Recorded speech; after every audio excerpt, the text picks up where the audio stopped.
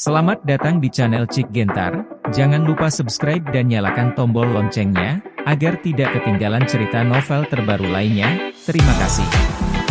Bab 291. Hari berikutnya. Crystal Palace didekorasi dengan lampu dan hiasan. Itu berseri-seri. Keluarga Lee dan keluarga Yo sangat mementingkan pesta koktail bisnis ini dan mengundang lebih dari selusin model dari perusahaan seni pertunjukan untuk melayani sebagai tamu penyambutan. Semuanya tinggi dan cantik, mengenakan cheongsam cerah, yang sangat menarik perhatian.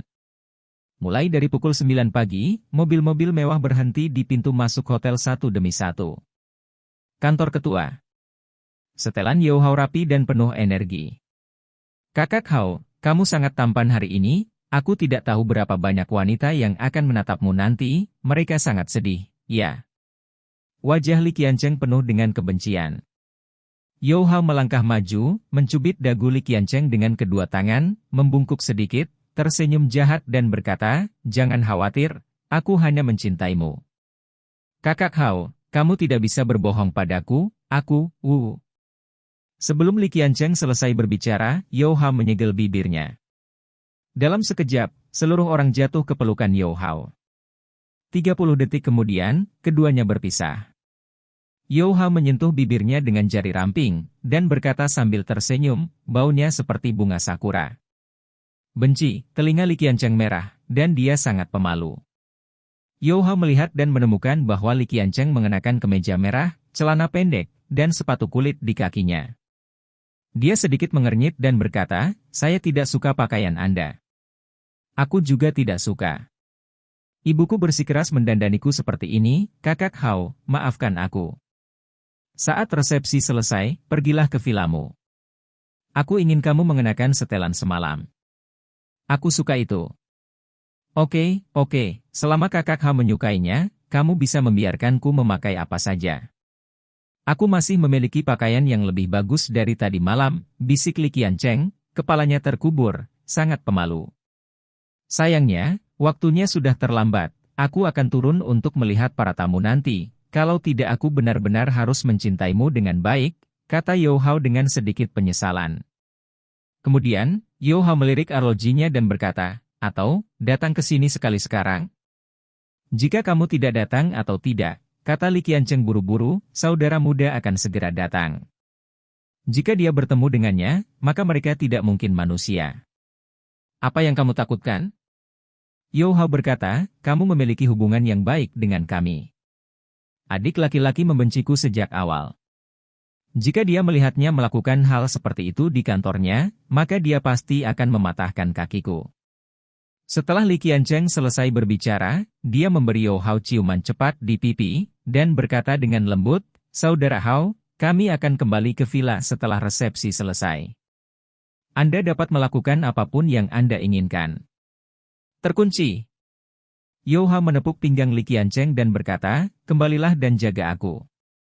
Ya, saudara Hao. Apakah kamu masih memanggilku kakak Hao? Yo Hao dengan tegas terlihat sangat kesal. Mata Li Qiancheng mengalir, dan dia berkata dengan lembut, sayang. Ini hampir sama. Senyum muncul di wajah Yo Hao. Ngomong-ngomong, saudara Hao, sudah waktunya, mengapa adik laki-laki itu belum datang? Ketika Li Qiancheng mengingatkannya, Yo Hao juga merasa aneh, ya, mengapa tahun-tahun muda belum tiba? Adik laki-laki, bukankah dia tidur larut malam, kan? Tidak, aku biasanya sangat tepat waktu ketika aku masih muda. Lalu kenapa dia belum datang? Aku akan mencari seseorang untuk bertanya. Yo Hao selesai berbicara, meraih telepon di atas meja, menekan nomor, dan berkata, biarkan manajer datang. Tak lama, terdengar ketukan di pintu. Silakan masuk. Bab 292. Seorang pria parubaya dengan jas dan dasi masuk dari luar dan berkata sambil tersenyum, dua orang tua dan pria muda, apakah Anda mencari saya? Di mana Feng Youling? Kenapa dia belum datang? Tanya Yo Hao. Dua tetua, tidakkah kamu tahu? Manajer memandang mereka dengan takjub.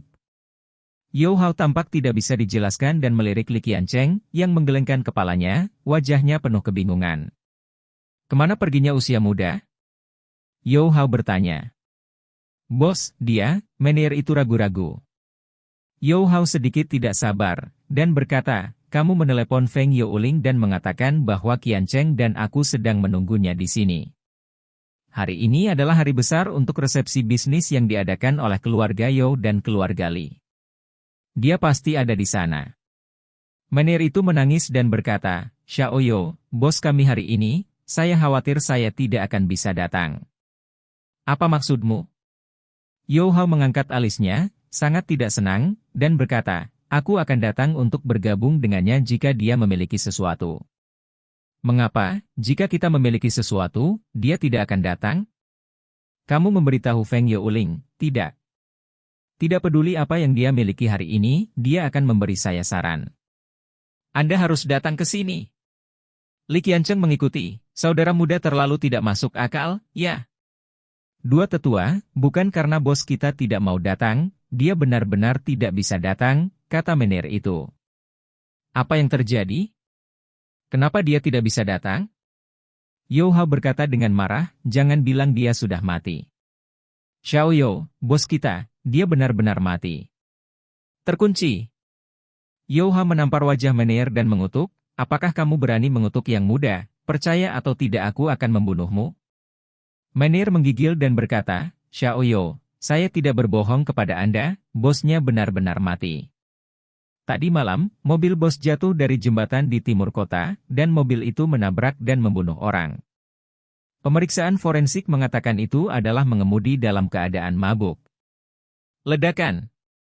Yo Hao disambar petir, dan wajahnya menjadi pucat dalam sekejap. Li Qiancheng terlalu takut untuk berbicara. Menir melanjutkan, kedua tetua dan bos kami adalah teman baik. Saya pikir Anda sudah lama mengetahuinya. Yo Hao melambaikan tangannya dengan lemah, kamu keluar dulu. Oke. Jika kamu punya instruksi, kamu bisa meneleponku kapan saja. Segera setelah Menir pergi, Li Qiancheng melemparkan dirinya ke pelukan Yo Hao, menangis dan berkata, kemarin, saudara muda baik-baik saja. Tetapi jika Anda tidak mengatakan apa-apa hari ini, itu hilang. Oh. Yo Hao terdiam untuk waktu yang lama. Hal besar seperti itu seharusnya diketahui tadi malam, tetapi dia bermain gila dengan Li Qiancheng tadi malam, dan pergi tidur setelah tengah malam yang kacau. Saya bangun hari ini dan datang ke Crystal Palace, sehingga sekarang saya tahu berita kematian Feng Youling. Sulit juga baginya untuk mempercayai fakta ini. Lihat ke bawah dan pikirkan. Waktu yang lama. Yo Hao kembali sadar dan berkata, Ye Qiu baru saja kembali dari Jiangsu dan Zhejiang kemarin, dan dia meninggal pada usia muda di malam hari. Masa depan, apakah menurut Anda Ye Qiu yang membunuh anak muda itu? Li Qiancheng tiba-tiba berhenti menangis, menatap Yo Hao dengan kaget, dan berkata, Menir baru saja mengatakan bahwa pemeriksaan forensik dilakukan, dan adik laki-laki itu embuk dan mengalami kecelakaan mobil. Yo Hao berkata, bagaimana jika kecelakaan mobil itu buatan manusia? Li Qiancheng terkejut. Yo Hao melanjutkan untuk menganalisis, pemuda menabrak ibu Ye Qiu, dan Ye Qiu membalaskan dendam ibunya, jadi dia membunuh Xiaoling. Dia memiliki motif untuk membunuh, dan itu masuk akal secara logis. Saudara Hao, jika Ye Qiu benar-benar membunuh saudara muda, apakah Ye Qiu akan membunuh kita selanjutnya? Lagi pula, ketika saudara muda menabrak ibu Ye Qiu, kami juga ada di sana. Begitu suara Li Qiancheng jatuh, Menir sebelumnya bergegas masuk. Xiao Yo, itu tidak baik. Seorang pria bernama Ye Qiu keluar, dan dia memanggilmu dan Xiao Li. Ngomong-ngomong, dia juga membawa 2 peti mati. Bab 293. Ye Qiu ada di sini. Dia juga mengambil 2 peti mati. Jelas pendatang itu tidak baik. Cahaya dingin melintas di mata Yo Hao dan bertanya, apakah dia sendirian? Menir itu mengangguk, ya, dia satu-satunya di sini. Di mana Lin disempurnakan? Saya tidak melihat Presiden Lin. Lin Jingjing tidak datang? Yo Hao sedikit terkejut, menurutnya, Lin Jingqian adalah pendukung terbesar Ye Qiu. Mengapa Ye Qiu datang, tapi Lin Jingqian tidak muncul? Bagaimana situasi di luar? Yo Hao bertanya lagi. Menir menjawab, keamanan telah mengepung Ye Qiu. Begitu, kamu keluar dulu. You Hao melambaikan tangannya. Segera setelah Menir pergi, Li Qiancheng berkata dengan panik, Saudara Hao, Ye Qiu pasti ada di sini untuk membunuh kita. Apa yang harus saya lakukan sekarang? You Hao memiliki wajah yang tenang. Hari ini adalah hari besar bagi keluarga You dan keluarga Li untuk mengadakan jamuan bisnis. Orang-orang yang hadir juga merupakan tokoh terkenal di Jiangzhou. Tidak peduli apa niat Ye Qiu, mereka harus dihentikan. Saudara Hao, Anda mengatakan sesuatu. Apa yang harus kita lakukan sekarang? Ye Qiu ada di sini, dia membunuh kita. Sebelum kata-kata Li Qiancheng selesai, mulut You Hao tertutup rapat. Ciuman ini berlangsung selama 60 detik. Hanya ketika Li Qiancheng hampir kehabisan napas, You Hao melepaskannya, dan kemudian berkata dengan wajah lembut, Militer, jangan takut, bahkan jika langit runtuh, aku akan mendukungmu. Tapi Saudara Hao, hentikan. You Hao berkata, sudah kubilang sebelumnya, apapun yang terjadi padamu, aku akan selalu melindungimu. Selamanya. Mata Li Qiancheng yang tergerak menjadi merah, dan dia berkata dengan emosional, Saudara Hao, aku akan mencintaimu selamanya. Aku pun mencintaimu. Keduanya saling memandang, mesra. Pintu masuk ke Istana Kristal.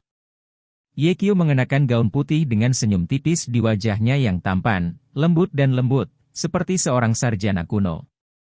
Namun, tidak ada yang berani membencinya. Karena di tanah di belakangnya, dua peti mati hitam pekat sangat tertusuk. Tidak ada yang bisa melihat postur ini, Ye Qiu ada di sini untuk membuat masalah. Penjaga keamanan Crystal Palace melangkah maju dan dengan cepat mengepung Ye Qiu seolah-olah mereka sedang menghadapi musuh. Para tamu juga menonton dan berdiskusi. Siapa pemuda ini? Aku benar-benar memberikan dua peti mati, bukankah ini memukul wajah keluarga You dan keluarga Li? Kurasa dia mencari kematian. Keluarga You dan keluarga Li adalah orang kaya lokal di Jiangzhou, dengan aset puluhan miliar, dan kamu bisa membunuhnya dengan uang. Orang-orang muda benar-benar tidak tahu seberapa tinggi bumi. Ye Qiu mendengar suara-suara ini juga, wajahnya tetap tidak berubah, dan dia berteriak ke dalam istana kristal, You Hao, Li Qiancheng, keluar dari sini. Ada apa? Seorang pria parubaya dengan perut besar keluar dari dalam dan bertanya kepada Kapten Keamanan. Dong Chou, aku tidak tahu apa yang terjadi. Kapten Keamanan menjawab dengan gemetar. Bab 294. Pria parubaya itu berkata dengan tidak senang, tidak peduli untuk apa dia di sini, dia harus segera diusir. Ya. Kapten Keamanan berjalan ke Ye Qiu dan berteriak, persetan denganku segera, kalau tidak. Ledakan. Sebelum Kapten Keamanan selesai berbicara, dia ditendang ke udara oleh Ye Qiu. Selusin penjaga keamanan yang tersisa segera menerkam Ye Qiu, dan beberapa dari mereka bahkan mengeluarkan tongkat ayun. Ye Qiu tidak mengatakan sepatah kata pun, dan dia melakukannya secara langsung. Bang bang bang. Dalam waktu kurang dari 2 menit, lebih dari selusin penjaga keamanan jatuh ke tanah, meratap. Adegan ini mengejutkan semua orang. Para tamu tercengang. Wajah pria parubaya itu juga berubah. You Hao, Li Qiancheng, pergi dari sini. Ye Qiu berteriak, jika aku tidak keluar lagi, aku akan masuk dan menemukanmu sendiri.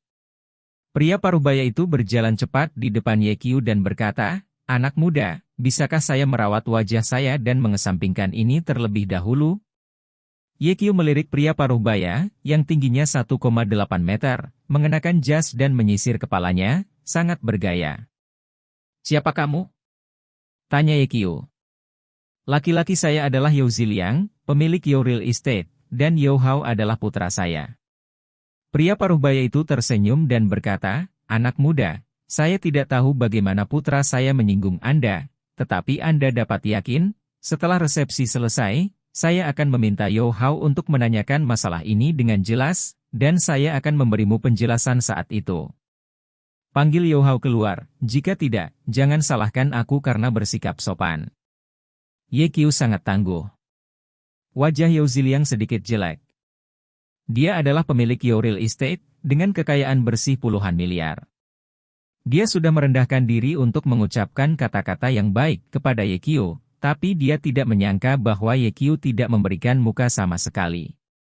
Anak muda, dengarkan saran saya, lakukan sesuatu dengan rasa terukur, jika tidak, Anda tidak akan tahu bagaimana harus berhati-hati.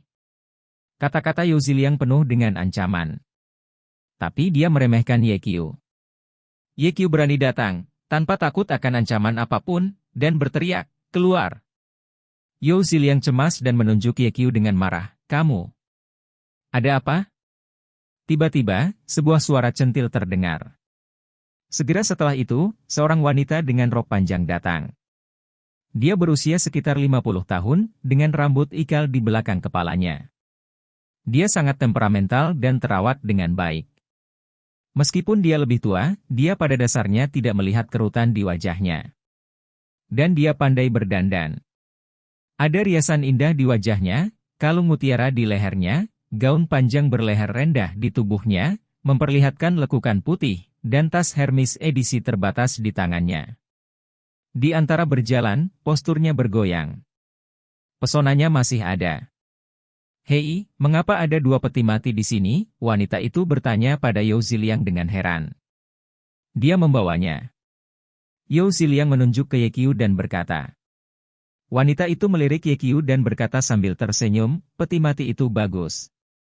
Artinya menjadi pejabat dan kaya. Ini adalah berkah bagi kedua keluarga kita. Tuan Yo, segera singkirkan peti mati. You Ziliang terkejut sejenak, dan kemudian diam-diam mengagumi cara terampil wanita itu, selama peti mati itu diangkat, lelucon itu akan berhenti. Kemari, ambil peti mati untukku, teriak You Ziliang. Tunggu. Yekio berkata, kedua peti mati ini bukan untukmu. Bukankah itu untuk kita? Wanita itu bertanya dengan curiga, untuk siapa itu? Yekio berkata, saya menyiapkan dua peti mati ini untuk You Hao dan Li Qiancheng. Wanita itu bertukar pandang dengan You Ziliang dengan tenang, dan kemudian berkata, pria tampan, perkenalkan dirimu, aku Lili, dan Li Qiancheng adalah putraku. Sebenarnya, dia tidak mengatakan, Yekio juga menebaknya. Saya tidak tahu bagaimana Qiancheng dan You Hao menyinggung Anda, tetapi mereka ada di dalam. Jika mereka benar-benar melakukan kesalahan, saya pasti akan meminta maaf kepada Anda. Wanita itu sengaja menunjukkan senyuman yang menurutnya sangat menawan, ketika suara itu jatuh, dia mengangkat tangan Yu untuk memegang lengan Yekio. Yekio mundur. Ini membuat gerakan wanita itu kosong. Senyum di wajah wanita itu menjadi lebih kuat, dan dia tersenyum, apa yang harus disembunyikan? Apakah kamu malu? Penurut, masuk dengan saudara perempuan. Tolong hormati dirimu sendiri. Yekio berkata dengan dingin, saya adalah orang yang terobsesi dengan kebersihan, dan saya tidak suka kontak fisik dengan bibi tua. Bab 295. Bibi tua? Mendengar tiga kata ini, Liliren hampir marah. Siapa dia?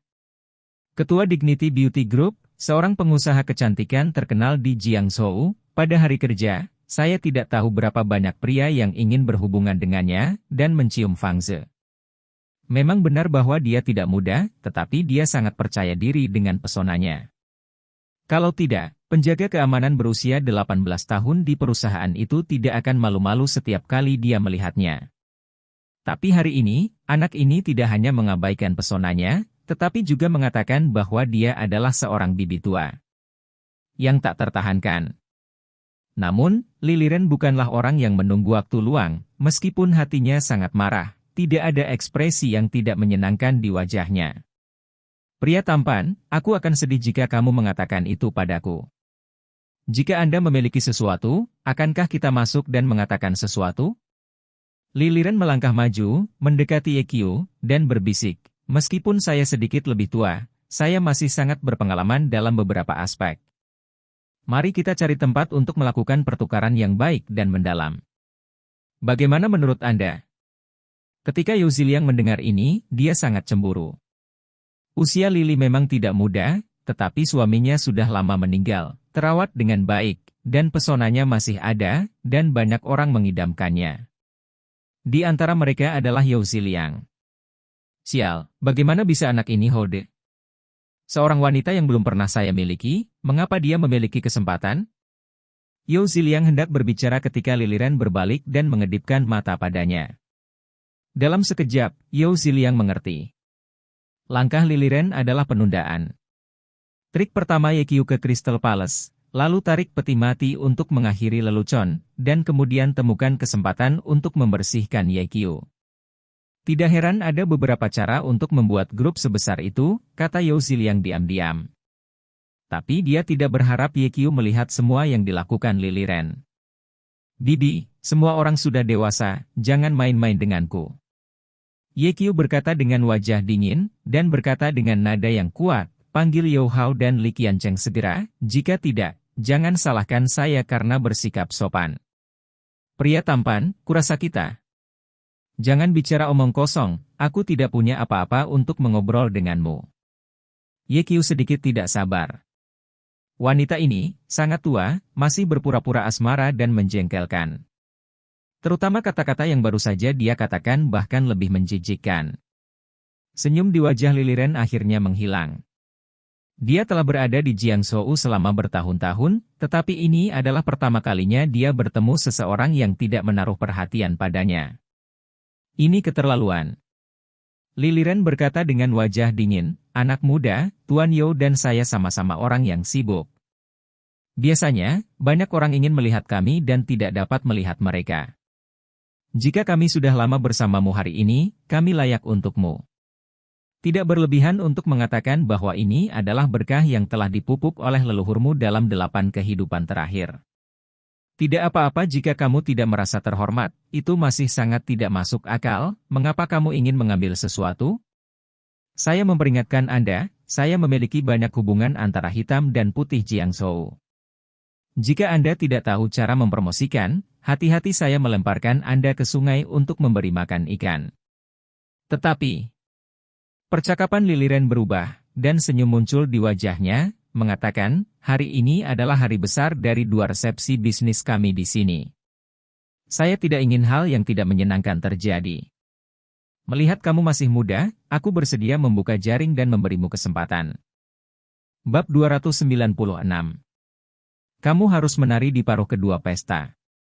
Aku tidak membawa pasangan hari ini. Kamu bisa menjadi pasanganku nanti. Setelah Liliren selesai berbicara, dia mengulurkan tangannya dan ingin memegang lengan Yekiu. Gulungan.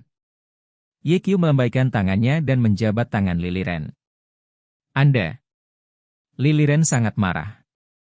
Seperti kata pepatah, Bodhisattva lumpur masih memiliki sepertiga kemarahan, belum lagi dia juga seorang presiden wanita dengan kekayaan bersih puluhan miliar. Yekiu berulang kali tidak memberi muka, dan bahkan memarahinya, dia benar-benar marah. Sombong. Apa yang kamu berani berbicara denganku seperti ini? Apakah kamu ingin mati? Liliren menunjuk ke arah Yekiu dan berkata, di Jiangzhou, siapa yang tidak tahu bahwa jika Anda menyinggung saya, tidak ada yang akan berakhir dengan baik. Saya tidak pernah begitu marah seperti saya hari ini. Jika kamu berlutut dan meminta maaf padaku sekarang, aku mungkin akan melepaskanmu, kalau tidak. Kecantikan, bicara omong kosong dengan orang sekecil itu, bunuh saja. Yao Ziliang menyela. Dia juga tidak bisa mengerti Yekiu. Anak ini, yang tidak tahu ketinggian langit dan bumi, menantang keluarga Yao dan keluarga Li, yang benar-benar panjang umur. Kamu harus berlutut dan meminta maaf padaku. Liliren menunjuk Yekiu dan berkata dengan tajam. Yekiu merasa seolah-olah dia tidak mendengarnya. Apakah kamu tuli? Si cantik memintamu untuk berlutut, tidakkah kamu mendengar? Yao Ziliang mengutuk, ini adalah kesempatan terakhirmu. Jika kamu tidak berlutut dan meminta maaf, kamu tidak akan melihat matahari besok. Yekiu menyipitkan matanya, kamu ingin membunuhku? Orang kecil sepertimu, tidak ada yang peduli jika dia terbunuh. Yao Ziliang berkata dengan kejam. Mendengar ini, Yekiu dipenuhi dengan emosi. Ya, inilah kesedihan pria kecil itu. Terlepas dari usia, tidak ada yang peduli tentang hidup dan mati orang kecil. Di mata mereka yang kuat dan berkuasa, orang kecil adalah yang tak tersentuh, di mata orang kaya, orang kecil adalah hantu miskin. Di mata elit, orang kecil adalah pemborosan sumber daya sosial. YQ tidak bisa menahan diri untuk berpikir bahwa jika dia tidak mendapatkan warisan leluhur keluarga Y, tidak mempelajari mantra, tidak menguasai begitu banyak metode luar biasa, saya khawatir dia tidak akan lepas dari nasib pria kecil itu. Dia akan diusir dari rumah sakit Jiangzhou oleh Kuo Xiaochong dan putranya, dan akan hidup di jalanan seperti anjing. Atau, seperti kebanyakan orang kecil, mencari pekerjaan biasa, bekerja keras, dengan gaji kecil, dan kemudian mencari wanita yang kira-kira seumuran, menikah, punya anak, lalu melunasi hipotek, kredit mobil, dan hidup adalah berjalan seumur hidup. Tapi, mengapa orang seperti Oziliang memandang rendah orang kecil? Bukankah masyarakat ini lebih baik karena puluhan ribu orang kecil ini? Meskipun orang-orang kecil itu miskin, mereka ambisius. Meskipun dia tidak memiliki kekuatan, dia memiliki hati nurani. Meskipun bukan elit sosial, itu tidak berarti pemborosan. Mengapa Anda orang kaya dan berkuasa mendominasi kehidupan orang kecil? Kata-kata Oziliang benar-benar membuat marah YQ. YQ tidak marah untuk dirinya sendiri, tetapi marah karena ketidakadilan banyak orang kecil. Jika kamu berubah menjadi orang lain, ibumu akan ditabrak dan dibunuh oleh mobil Feng Youling. Dia pasti tidak akan bisa membalas dendam, apalagi membuat masalah di sini, kalau tidak dia akan berakhir dengan menyedihkan. YQ maju 2 langkah dan menatap langsung ke mata Oziliang. Kemudian, di depan semua tamu, Oziliang menampar Oziliang 3 kali di tempat. Terkunci. Bang! Momentumnya berat. Suaranya bergema di seluruh penonton. Ini adalah harga yang kamu bayar untuk meremehkan orang-orang kecil. YQ berkata dengan dingin. Oziliang menutupi wajahnya dan menatap YQ dengan tidak percaya. Apakah kamu berani memukulku? Bukan hanya aku berani mengalahkanmu, aku berani membunuhmu, percaya atau tidak. Bab 297. Aku berani membunuhmu, percaya atau tidak. YQ menyeringai, menunjukkan gigi putih rapi, yang membuat orang bergidik. Oziliang menutupi wajahnya, mencoba mengatakan sesuatu, tetapi ketika kata-kata itu sampai di bibirnya, dia menelan lagi. Dia telah berada di Mal selama bertahun-tahun dan telah bertemu banyak orang kuat, tetapi YQ telah membuatnya merasa berdebar-debar. Pemuda ini sangat mengerikan. Adapun Liliren, dia juga sedikit bingung. Dia tidak menyangka bahwa ketua real estate Tio yang bermartabat akan ditampar oleh YQ oleh orang yang tidak dikenal. Dia sangat marah. Karena hari ini adalah hari besar bagi keluarga Li dan keluarga Yo untuk mengadakan resepsi bisnis bersama, memukul wajah Oziliang sama dengan memukul wajahnya. Liliren berteriak, kamu lelah hidup, aku memperingatkanmu. Terkunci. YQ melangkah maju dan menampar wajah Liliren dengan keras. Tamparan renyah di wajah membuat hati bergetar. Pada saat yang sama, kekuatan YQ juga mengejutkan semua tamu. Ya Tuhan, apa-apaan pemuda ini, dia terlalu berani. Menampar kedua bos, siapa yang berani percaya jika mereka tidak melihatnya dengan mata kepala sendiri? Tidak peduli siapa pemuda itu, dia selesai hari ini. YQ mengabaikan argumen semua orang dan memandang Liliren dan berkata, aku penasaran sebelumnya, mengapa Li Qiancheng begitu tak tahu malu? Sekarang setelah aku melihatmu, aku akhirnya mengerti. Seperti kata pepatah, balok atas tidak benar dan balok bawah bengkok, dan itulah yang Anda bicarakan. Ngomong-ngomong, kamu bilang sebelumnya, biarkan aku berlutut dan minta maaf. Liliren menutupi wajahnya, menatap YQ dengan getir, dan berkata, apakah kamu berani memukulku? Kamu sudah selesai, kamu sudah selesai. YQ berkata dengan ringan, aku bertanya padamu, apakah kamu mengatakan bahwa aku harus berlutut dan meminta maaf padamu? Jadi apa yang kamu katakan? Aku tidak percaya kamu, anak laki-laki berbulu, bisa membalikkan langit. Berlutut? Sebelum Liliren selesai berbicara, YQ menghela nafas panjang, membombardir hati Liliren seperti guntur. Tengah. Liliren lepas kendali dan berlutut di tanah. Penonton menjadi gempar dalam sekejap. Ini. Anak itu benar-benar memaksa Presiden Li berlutut untuknya. Kupikir anak itu gila. Karena You Hao dan Li Qiancheng tidak bisa keluar, maka saya akan masuk dan menemukan mereka secara pribadi, sehingga Anda dapat merasakan perasaan orang berambut putih mengirim orang berambut hitam. Kata-kata Ye Qiu penuh dengan niat membunuh. Sehingga Li Liren dan Yao Ziliang terkejut lagi. Mungkinkah anak ini ada di sini untuk membunuh? Berani dia? Ketika keduanya pulih, Ye Qiu sudah melangkah menuju gerbang Crystal Palace. Yao Ziliang mengertakkan gigi dan berbisik, tidak peduli siapa dia, aku ingin dia mati. Mata Li Liren pahit dan penuh kebencian, dia berkata, saya, Li Liren, telah dipukuli di wajah untuk pertama kalinya sejak saya hidup pada usia ini. Memalukan. Li Liren menggertakkan giginya, jari-jarinya gemetar. Jika kamu tidak membunuhnya, sulit untuk menghilangkan kebencian di hatiku. Li Liren, apakah kamu baik-baik saja? Apakah itu sakit? Yao Ziliang mengasihani Xiang Xiu, mengulurkan tangannya untuk membantu Li Liren, tetapi dibuang oleh yang terakhir. Jangan sentuh aku. Li Liren memarahi, hal-hal yang tidak berguna, orang-orang datang ke pintu untuk membuat masalah, kamu tidak bisa berbuat apa-apa, sia-sia. Yao Ziliang mendengus tidak senang, saya sangat malu untuk mengatakan bahwa saya sampah, setidaknya saya tidak berlutut untuknya. Anda. Mari kita berhenti berdebat di sini, anak itu tidak baik, jadi cepatlah dan pikirkan solusinya. Bab 298. Ketika Yao Ziliang mengatakan ini, Li Liren juga menjadi tenang. Aku mencari seseorang untuk membersihkannya. Li Liren mengeluarkan ponselnya dan hendak melakukan panggilan, tetapi pada saat ini, Audi A6 dengan foto khusus diparkir di pintu masuk hotel. Segera setelah itu, Wakil Wali Kota Huang dengan kemeja putih turun dari mobil. Kamu tidak perlu mencari seseorang, orang yang merawatnya sudah datang. Li Liren tersenyum dan hendak berjalan ke arah Wakil Wali Kota Huang. Tiba-tiba, wajahnya menjadi kaku. Yao Ziliang mendongak dan menemukan bahwa Wakil Wali Kota Huang sebenarnya sedang berbicara dengan Ye Qiu. Saya terkejut. Apa asal-usul anak ini? Bagaimana Anda bisa mengenal Wakil Wali Kota Huang?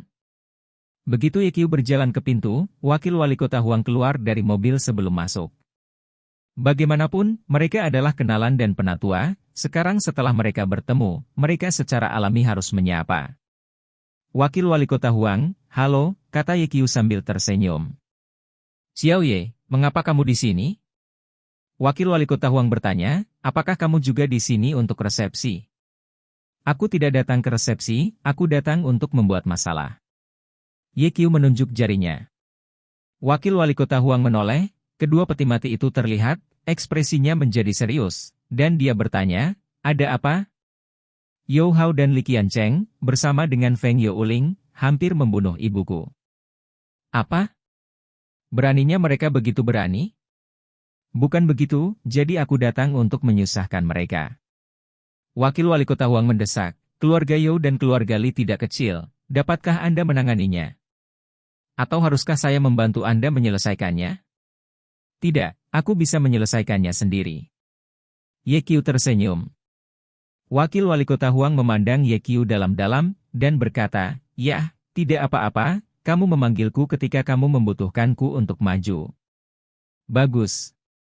Kemudian, seperti yang dilihat semua orang, Wakil Wali Kota Huang berbalik dan naik ke mobil dan pergi tanpa memasuki pintu hotel. Ini. Para tamu tercengang. Li Liren juga sedikit ketakutan, apa latar belakang anak itu? Mengapa dia mengatakan beberapa patah kata kepada Wakil Wali Kota Huang dan kemudian Wakil Wali Kota Huang pergi? Aku khawatir, anak ini memiliki latar belakang. Lalu apa yang harus dilakukan? Ketika keduanya berbicara, You Hao dan Li Qiancheng keluar dari hotel. Ye Qiu, apa maksudmu? You Hao berteriak langsung, dengan ekspresi tanpa rasa takut. Ye Qiu berkata, ketika Feng Youling menabrak ibuku, apakah kamu di dalam mobilnya? Ya, kami berada di mobilnya saat itu, apa yang kamu inginkan? You Hao bertanya. Jika ini masalahnya, maka pergilah bersamanya. Begitu Ye Qiu mengatakan ini, You Hao banyak berubah. Li Qiancheng menunjuk ke arah Ye Qiu dan berkata, tentu saja, kamu membunuh adik laki-laki itu. Kamu adalah orang yang menderita 1000 pedang. Ledakan. Ye Qiu tersapu seperti kilat dan menendang Li Qiancheng pergi. Li Qiancheng jatuh 5 meter jauhnya, tulangnya hancur berantakan, dan sudut mulutnya berdarah. You Hao buru-buru berlari, membantu Li Qiancheng berdiri, dan berkata dengan sedih, "Qiancheng, kamu baik-baik saja." "Aku baik-baik saja, aku." "Jangan bicara, biarkan aku yang menyelesaikannya selanjutnya." You Hao berbalik, memelototi Ye Qiu, dan berkata, "Hari ini, keluarga You dan keluarga Li kami mengadakan perjamuan bisnis di sini. Jika Anda datang untuk membuat masalah, Anda akan mengalahkan orang lain. Jika saya memaafkan Anda, bagaimana wajah Anda? Dari dua keluarga kita yang tersisa." "Jadi?" Ye Qiu bertanya sambil tersenyum. "Jadi, kamu harus membayar harganya hari ini." Begitu suara You Hao jatuh, dia mendengar raungan. Kemudian, puluhan mobil hitam melaju ke sini dengan agresif. Senyum sedih muncul di sudut mulut You Hao. "Ye Qiu, yang membersihkanmu ada di sini." Bab 299. Bergemuruh.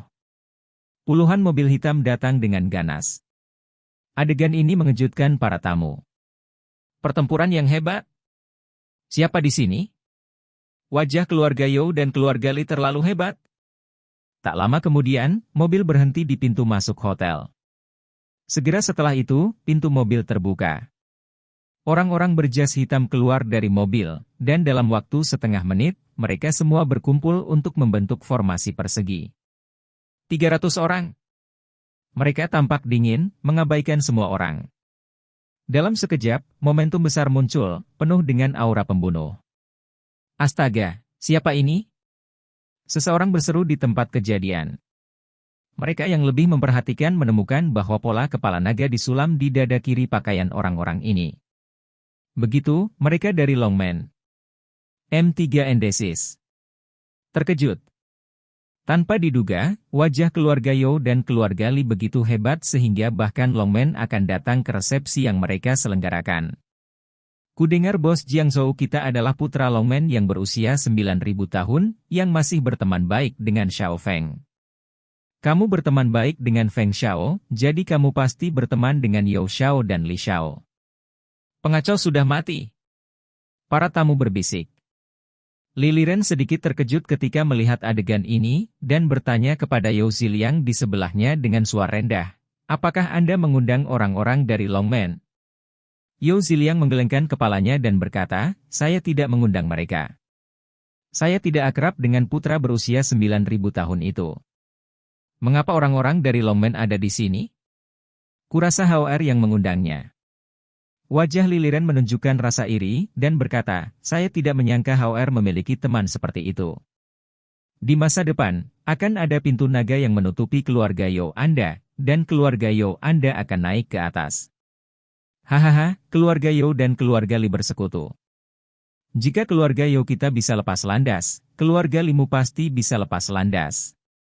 You Ziliang tersenyum. Mendengar itu, Li Liren menunjukkan senyum menawan di wajahnya, dan dengan sengaja menarik kerahnya untuk memperlihatkan sentuhan putihnya.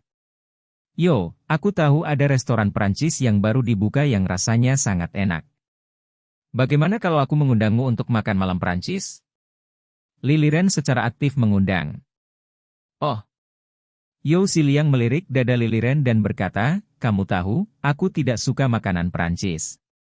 Lalu bagaimana kalau tinggal bersamaku?" Lili berkata dengan manusiawi, "Setelah makan malam, aku akan menemanimu ke hotel untuk minum." Petunjuk yang sangat jelas. You Ziliang langsung mengerti, melirik ke dada Li Liren lagi, dan langsung setuju.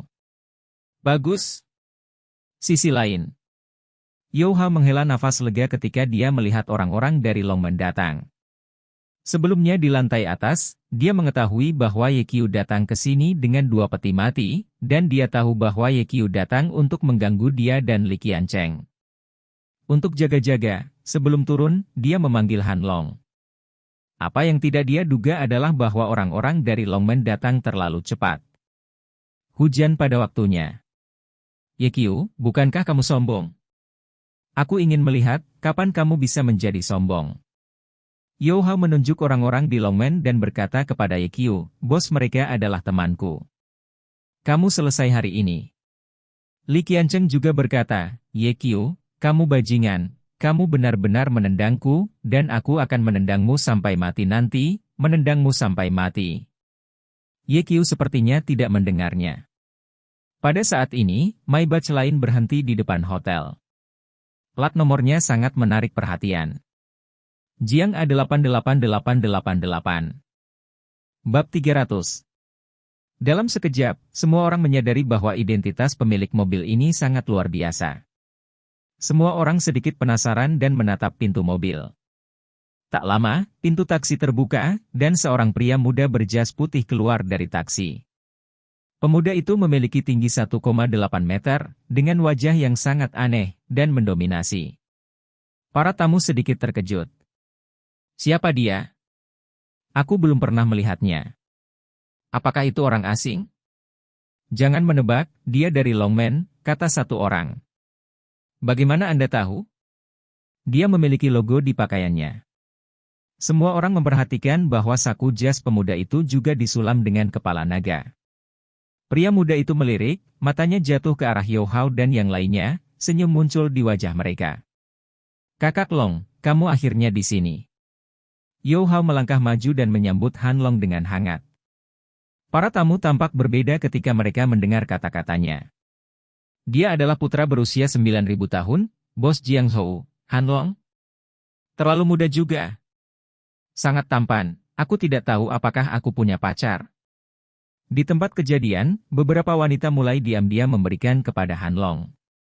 Han Long bertanya, ada apa? Saudara Long, beginilah keadaannya, Yo Hao baru saja berkata, tetapi disela oleh Lili Ren. Hao kamu punya teman, maukah kamu memperkenalkan aku pada ayahmu? Lili Ren berkata sambil tersenyum. Yo Hao berkata dengan tergesa-gesa, Ayah, Bibi Li, izinkan saya memperkenalkan Anda kepada saya. Teman saya adalah bos Jiang Zhou kami, seorang putra berusia 9.000 tahun, seorang talenta muda dari Longmen. Han Long. Bos Han, beruntung bisa bertemu. Yao Ziliang mengulurkan tangan kanannya dengan senyum di wajahnya, mencoba berjabat tangan dengan Han Long. Namun, Han Long hanya meliriknya dengan samar, dan tidak bermaksud berjabat tangan sama sekali. Tiba-tiba, wajah Yao Ziliang sedikit malu.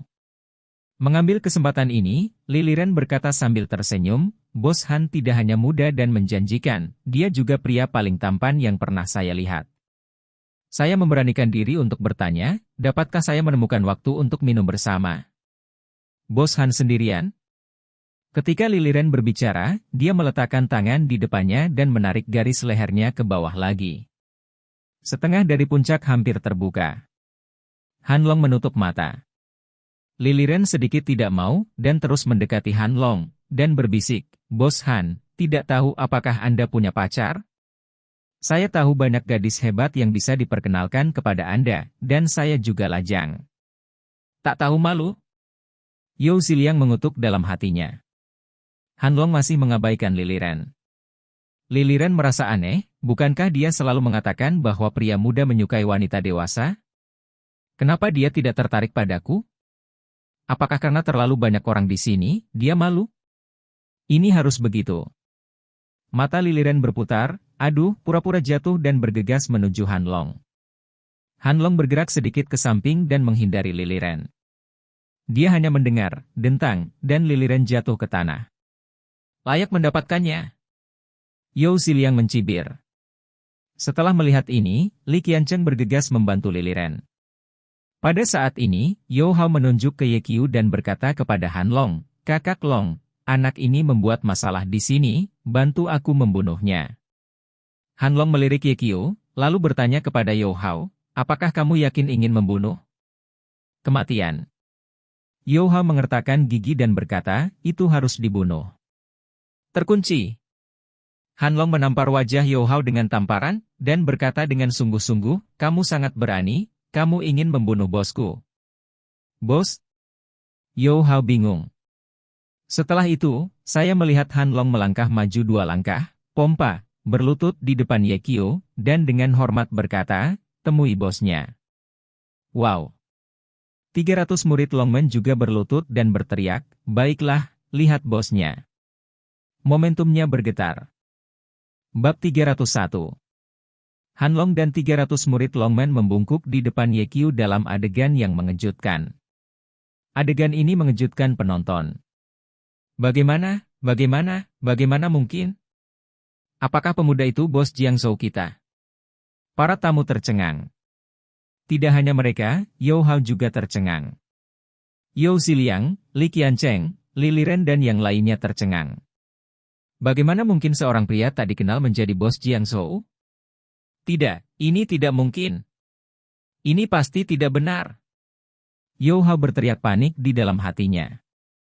Ye Qiu hanyalah seorang dokter kecil di rumah sakit Jiangzhou, bagaimana dia bisa menjadi bos Jiangzhou? Ini tidak mungkin. Ini benar-benar mustahil. Tepat ketika Yao Hao hendak mengajukan pertanyaan, dia hanya mendengar Ye Qiu berkata dengan acuh tak acuh, bangun semua. Ya. Hanlong bangun lebih dulu, dan kemudian 300 murid Longman juga bangun. Kemudian, Hanlong melirik ke seluruh penonton, dan berkata dengan keras, ambil kesempatan ini untuk secara resmi memperkenalkan kepada semua orang bahwa Tuan Ye Qiu di sebelah saya adalah bos sebenarnya dari Jiangzhou. Mendengar hal itu, terjadi kegemparan di tempat kejadian. Dia ternyata adalah bos Jiangzhou, ini tidak mungkin, benar-benar tidak mungkin. Yao Ziliang tidak bisa mempercayainya. Apa? Dia bos Jiangzhou? Aku tahu itu, Li Liren merasa ingin menangis. Jika dia tahu bahwa Ye Qiu adalah bos Jiangzhou, dia tidak akan mengatakan apapun terhadap Ye Qiu. Apalagi Ye Qiu memukulinya, hanya membunuhnya, dia tidak akan mengeluh. Yang paling penting adalah dia hanya salah mengira bahwa Hanlong adalah bos Jiangzhou, dan bahkan menurunkan kerahnya dengan sengaja untuk merayu Hanlong. Memikirkannya sekarang, sungguh memalukan. Wajah Lili merah karena malu. Adapun Li Qiancheng, dia sudah tercengang dan tidak bisa berkata-kata karena ngeri. Baru sekarang dia mengerti bahwa dia dan Yao Hao seperti badut, dan mereka ingin meminta Hanlong untuk membantu membunuh Ye Qiu. Seperti semua orang tahu, Ye Qiu adalah bos sebenarnya dari Jiangzhou. Bagaimana melakukan? Hati Li Qiancheng bingung. Ye Qiu melirik ke seluruh hadirin, memandangi para tamu yang hadir, tersenyum dan berkata, perkenalkan dirimu secara resmi. Aku Ye Qiu. 9.000 tahun telah meninggalkan Jiangzhou untuk merawatku. Aku ingin kamu menjagamu di masa depan. Setelah berbicara, membungkuk sedikit. Terdengar tepuk tangan meriah dari para penonton. Para tamu yang telah mengejek Ye Qiu sebelumnya segera mulai memuji mereka. Ye Lao memiliki sikap yang luar biasa. Saya telah lama melihat bahwa Ye Bos adalah naga di antara orang-orang. Bos Ye masih sangat muda, dia bisa menjadi pria berusia 9.000 tahun, dan masa depannya tidak terbatas. Bos Ye, jika ada yang perlu kami lakukan, silakan beri perintah. Ya, kita harus menjadi pemimpin Wei Ye. Ye Qiu tersenyum, dan kemudian matanya tertuju pada wajah Yao Hao. Kamu bilang kamu ingin membunuhku? Sekarang aku berdiri di sini, kamu datang dan mencoba membunuhku. Wajah Yao Hao pucat, dan suasana tidak berani mengeluarkan suara. Ye Qiu berkata lagi, Li Qiancheng, bukankah kamu bilang kamu ingin menendangku sampai mati? Ayo, tendang aku. Li Qiancheng bersembunyi di belakang Yao Hao, bahkan tidak berani keluar dari kepalanya. Setelah melihat ini, para tamu di sekitarnya menunjuk ke Yao Hao dan yang lainnya. Haha, bukankah Yao Xiao sangat arogan sebelumnya? Kenapa kamu bahkan tidak berani mengatakan apa-apa sekarang? Itu benar-benar lelah diganggu di kepala Bos Ye. Seorang pria parubaya mengejek. Yao Xiao dan Li Xiao masih ingin membunuh Ye Bos. Sepertinya kepala mereka ditendang oleh keledai, seorang wanita berbaju Cheongsam tersenyum. Jika kamu ingin aku mengatakannya, orang yang tidak tahu malu adalah Li Liren, yang sudah tua, tidak hanya mengenakan pakaian terbuka, tetapi juga tidak tahu malu. Bab 302. Ye Qiu berhenti, mengeluarkan ponselnya dan melihatnya, dan menemukan bahwa panggilan itu dari Bai Bing. Tanpa memikirkannya, dia menutup telepon. Saat ini, dia memiliki hal penting untuk dilakukan. Tanpa diduga, tepat setelah telepon ditutup, telepon berdering lagi. Itu adalah Bai Bing. Ye sedikit mengernyit, menekan tombol jawab, dan bertanya, "Ada apa? Di mana kamu?" Bai Bing berkata, "Datanglah ke rumah sakit segera." "Apakah ini mendesak?" Ye berkata, "Jika tidak mendesak, saya akan kembali lagi nanti. Hidup adalah masalah hidup." Bai Bing berkata, "Tunggu sampai kamu kembali untuk membantu. Aku tahu, aku akan segera kembali." Ye meletakkan ponselnya dan memberitahu Han Long, "Saya memiliki masalah mendesak dan harus kembali ke rumah sakit. Yo Hao dan Li Qiancheng akan menyerahkannya kepada Anda. Pastikan untuk memuaskan saya." "Ya." Han Long menjawab, dan kemudian bertanya, "Bagaimana dengan yang lain?" "Pindahkan kerabatku dan bunuh seluruh keluarganya." Ye berkata dengan dingin. Han Long mengangguk, "Saya mengerti. Jangan khawatir, bos, saya pasti akan memuaskan Anda." Ye bersenandung, dan mengendarai Maybach yang dibawa Han Long. 20 menit kemudian, Ye kembali ke rumah sakit dan bergegas ke kantor wakil presiden eksekutif. Memasuki pintu, tidak ada seorang pun di kantor, atau sosok Bai Bing. Saat itu, seorang dokter melewati koridor. Ye menghentikan dokter dan bertanya, "Apakah Anda tahu di mana Bai Bing?" "Wakil Presiden Bai telah pergi ke Departemen Kebidanan dan Kandungan, seolah-olah ada yang tidak beres di sana," jawab dokter itu. "Terima kasih." Ye berkata, dan berjalan cepat ke Departemen Kebidanan dan Kandungan. Dari kejauhan, saya melihat meja perawat di ruang bersalin penuh sesak dengan orang-orang, dan pertengkaran terus terjadi dan semakin sengit. Seorang pemuda menunjuk Bai Bing dan berkata, "Anda adalah wakil presiden rumah sakit ini, bukan?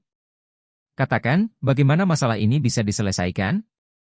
"Ketika istri saya masuk, dokter Anda menyuntik istri saya, dan biayanya 800 yuan tanpa memberitahu saya. Sekarang dia memberitahu saya bahwa anak saya sudah meninggal dan istri saya akan segera meninggal. Apakah Anda mengobati penyakit dan menyelamatkan orang, atau apakah Anda mencari uang dan membunuh?" Saya katakan, "Jika istri saya memiliki kekurangan yang panjang dan dua, saya akan pergi ke Biro Kesehatan untuk menuntut Anda. Biarkan kalian semua masuk penjara." "Pak, jangan gegabah, sekarang istri Anda dalam kondisi yang sangat serius. Jika Anda mengeluarkan janin di perutnya tanpa operasi, maka dia mungkin benar-benar mati." Meskipun Bai Bing mengenakan jas putih, dia masih tidak bisa menyembunyikan sosok bangganya, kancing di pakaiannya hampir robek, yang menyentuh. Di samping Bai Bing, berdiri seorang lelaki tua yang mengenakan kacamata berbingkai emas, yang berusia lebih dari 60 tahun dan juga mengenakan jas lab putih. Ye mengenal lelaki tua ini, namanya Li Jiafu, dia adalah direktur kebidanan, dan dia juga seorang ahli kebidanan dan ginekologi terkenal di Jiangzhou. "Kami telah memberitahu Anda tentang situasi istri Anda. Waktunya mendesak. Anda harus menandai pemberitahuan operasi sesegera mungkin." Li Jiafu membujuk. "Tidak ada tanda-tanda," pemuda itu berteriak keras, "jangan kira saya tidak tahu. Operasi ini akan menelan biaya puluhan ribu. Anda jelas-jelas memperlakukan saya sebagai orang bodoh." Li Jiafu memarahi pemuda itu dengan wajah serius, "Mengapa kamu tidak masuk akal? Saya telah memberitahu Anda dengan sangat jelas bahwa istri Anda dalam kondisi serius dan harus segera dioperasi, jika tidak, dia akan benar-benar mati. Saya tidak akan percaya omong kosong Anda. Ketika saya pindah kemarin, istri saya sakit perut. Anda mengatakan bahwa suntikan itu akan baik-baik saja. Apa yang terjadi?" Li Jiafu tersedah hingga tak bisa berkata-kata. "Hal ini seperti ini. Kehamilan istri muda itu berusia 9 bulan, dia tiba-tiba sakit di perutnya kemarin, jadi dia datang ke rumah sakit untuk mencari Li Jiafu untuk pemeriksaan.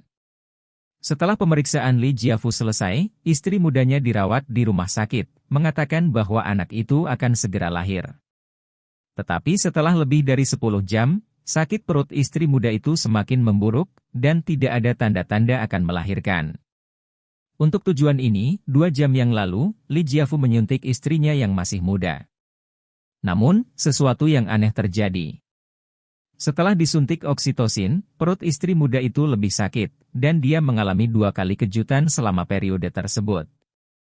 Li Jiafu segera memanggil ahli kebidanan untuk melakukan pemeriksaan menyeluruh terhadap istri muda itu kembali. Pemeriksaan selesai, dan hasilnya keluar bahwa anak dalam perut istri muda itu tidak ada detak jantungnya. Namun, sakit perut istri muda itu semakin parah, dan seluruh konstitusi hidupnya menurun dengan cepat. Sekarang perlu untuk melakukan operasi sesegera mungkin untuk mengeluarkan janin yang mati, sehingga memungkinkan untuk menyelamatkan nyawa istri muda itu. Siapapun dengan sedikit akal sehat tahu bahwa anggota keluarga harus menandatangani untuk operasi, tetapi orang-orang muda tidak menandatangani. Situasi telah mencapai jalan buntu. Pemuda itu mampu membelinya, tetapi istrinya tidak bisa menunggu, oleh karena itu, Li Jiafu harus meminta Bai Bing untuk maju ke depan. Tanpa diduga, pemuda itu tidak mempercayai Bai Bing. Saya pikir Anda dokter semua ember beras, dengan upah nasional, hidup keras kepala. Saya memperingatkan Anda, jika istri saya memiliki 3 kekuatan dan 2 kekurangan, saya akan bertarung dengan Anda. Pria muda itu memarahi secara emosional. Mengapa kamu tidak mengerti? Istrimu dalam situasi berbahaya sekarang. Kamu harus mengeluarkan janin dari tubuhnya melalui operasi, kalau tidak dia akan mati. Li Jiafu berkata, jika kamu tidak menandatangani lagi, istri sudah mati, maka kamu pembunuhnya. HMPH. Jangan pikir aku tidak tahu, kamu hanya ingin berbohong padaku untuk menandatangani, dan ketika istriku memiliki sesuatu untuk dilakukan, kamu dapat mengabaikan kesalahan. Pria muda itu meraung, aku memberitahumu, ini kata akan membunuhku. Tidak akan menandatangani. Li Jiafu pergi, dan berkata, Wakil Presiden Bai, lihat ini. Bai Bing juga sangat cemas, diam-diam berkata, mengapa Yeqiu belum datang?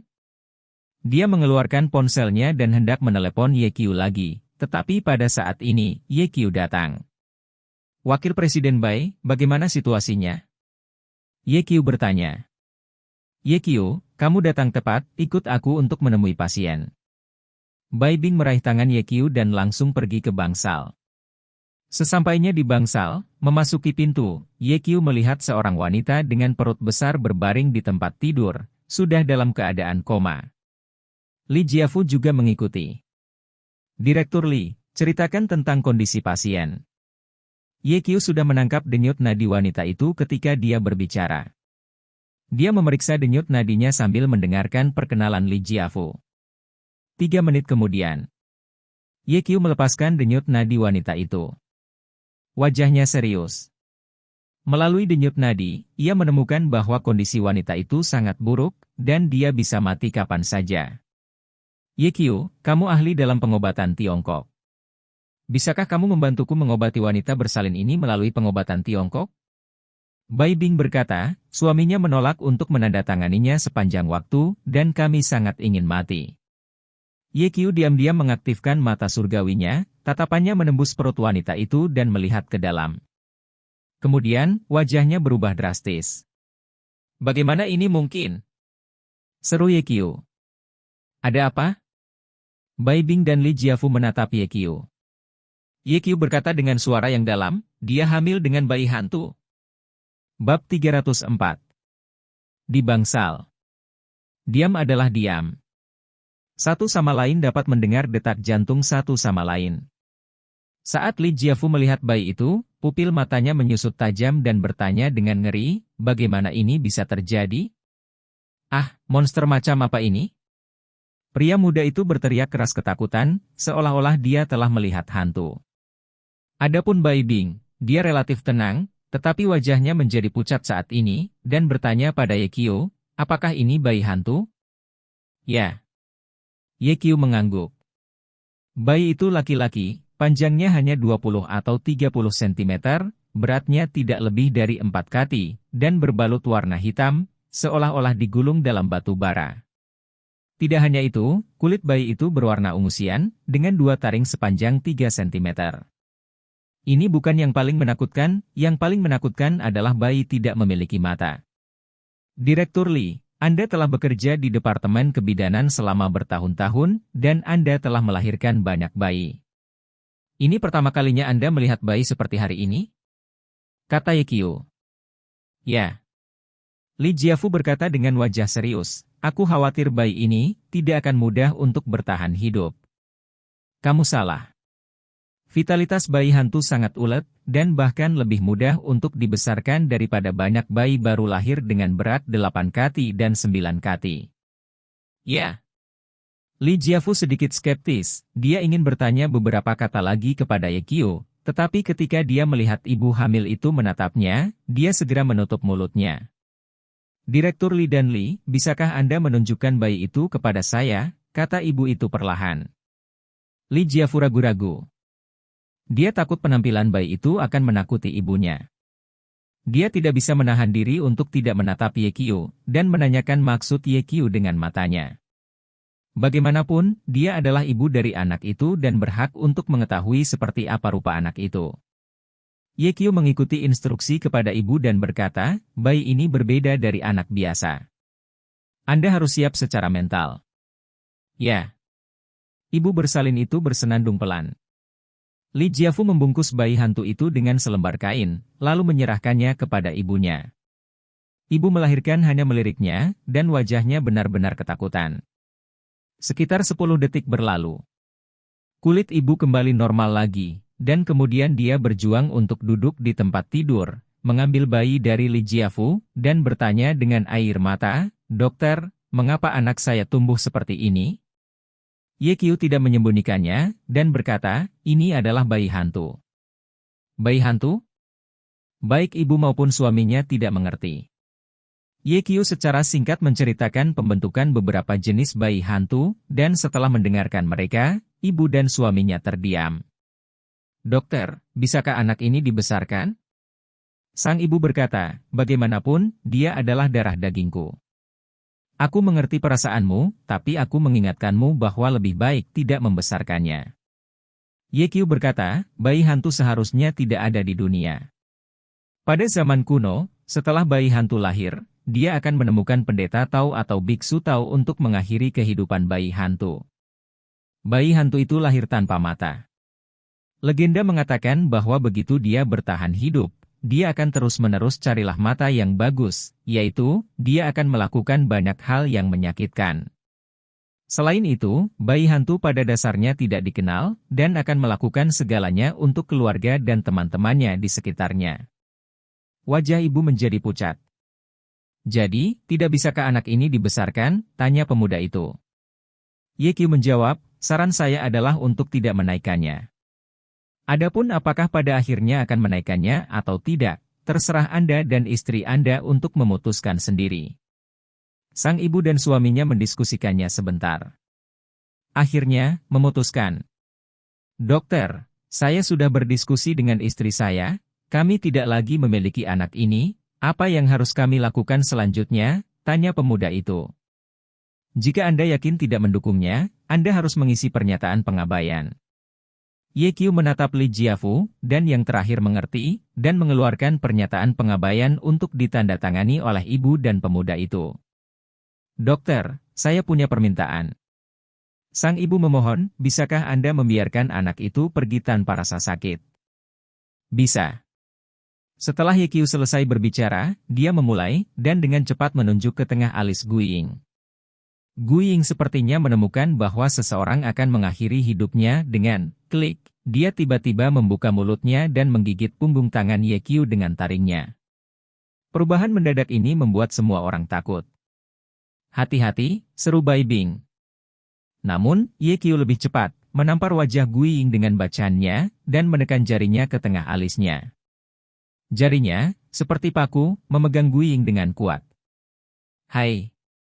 Bayi hantu itu menyeringai, matanya menunjukkan cahaya yang ganas, dan penampilannya yang mengerikan, yang membuat hatinya berbulu. Jari telunjuk kiri dan jari tengah Ye Qiu disatukan untuk membentuk jari pedang, dan kemudian dia menggambar jimat melawan bayi hantu itu, menggumamkan kata-kata di mulutnya. Setelah setengah menit, Guiying berhenti berjuang. Pernapasan berhenti. Secara resmi dinyatakan mati. "Wow!" teriak sang ibu dengan keras. Meskipun itu adalah monster yang lahir, itu adalah darah dan dagingnya sendiri. Melihat anak itu mati di depannya, sang ibu pingsan. "Direktur Li, tolong atur ini dan kirim anak ini ke kamar mayat." Oke. Kalau begitu aku akan pergi dulu.